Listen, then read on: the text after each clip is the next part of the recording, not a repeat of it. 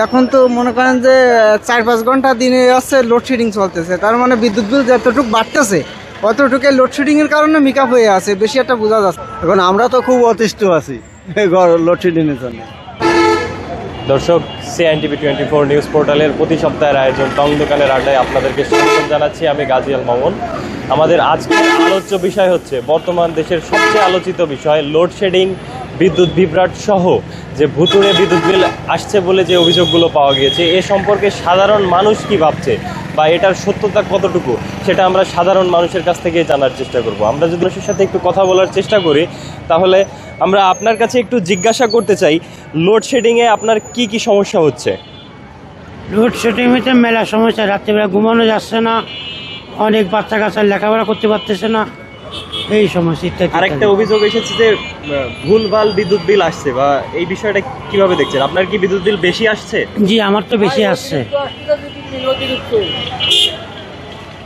960 টাকা জায়গা 1405 টাকা হয়ে যাচ্ছে, বেশি আসছে। একই দিনই ব্যবহার করে 5-6 ঘন্টা কারেন্ট না থাকলেও মনে করেন যে ওই বিদ্যুৎ বিল আরও বেশি হয়ে যাচ্ছে, 5-6 ঘন্টা কারেন্ট না থাকলেও। অবশ্যই, কারণ যদি গাড়ি ঠিক মতো চার্জ না হয় তাহলে তো ঠিক মতো চালানো যায় না।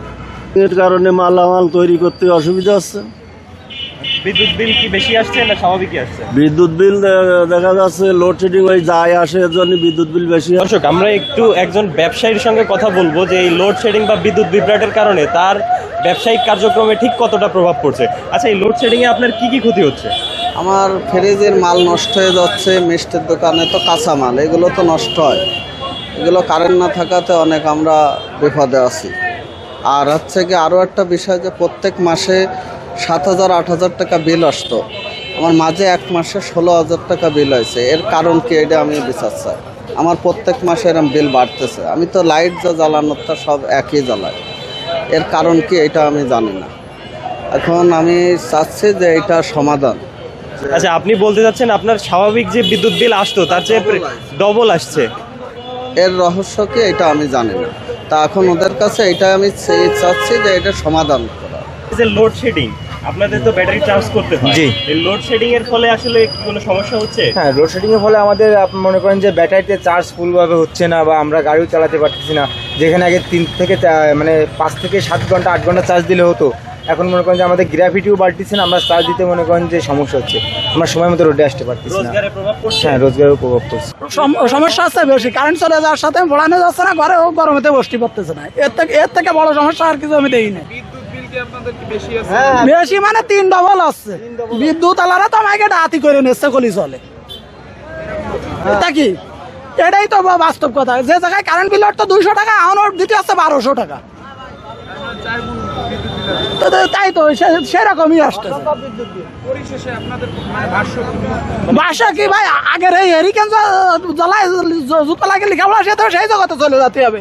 এই কারেন্টটা সেই আছে সব থেকে বড় ক্ষতি হয়ে গেছে আমাকে, কারণ আনে কারেন্টের তলে থাকতে আনে সেই জুত পালাইকে আমরা এভাবে লেখাপড়া, সেই তো কারেন্টের সলকে এসে বসতেও পারতেছে না, এরকম একটা যন্ত্রণায় আছে। দর্শক, আমরা আপনাদেরকে জানানোর চেষ্টা করছিলাম বর্তমান বাংলাদেশের সবচেয়ে আলোচিত যে বিষয়, সেটি বিদ্যুৎ বিভ্রাট, পাশাপাশি অতিরিক্ত বিদ্যুৎ বিল। এই সকল বিষয় নিয়ে আমরা এই সকল পেশার সহিত যারা জড়িত আছে তাদের সাথে আমরা কথা বলে আপনাদেরকে জানাচ্ছিলাম। তাদের সকলের ভাষ্য যদি আমরা একটু সংক্ষেপে আপনাদেরকে জানানোর চেষ্টা করি, সেটি হচ্ছে, যেমন বলা হচ্ছে অতিরিক্ত বিদ্যুৎ বিল আসছে, সেটাও অভিযোগটি সত্য বলে আমরা জানতে পারলাম সাধারণ জনগণের কাছ থেকে। তেমনই পাশাপাশি যে লোডশেডিংয়ের ফলে মানুষের আয় রোজগারে যেমন প্রভাব পড়েছে, তেমনই সবচেয়ে বেশি সমস্যা যেটি বাচ্চাদের বা তাদের সন্তানদের যে পড়াশোনার বিষয়টি, সেখানে কিন্তু ব্যাপক একটি প্রভাব পড়েছে। কারো কারো অভিযোগ যে পড়াশোনায় ব্যাপক একটি ঘাটতি পড়ছে এই লোডশেডিংয়ের কারণে।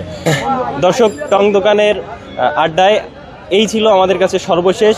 গাজী আল মামুন, CNTV 24, খুলনা।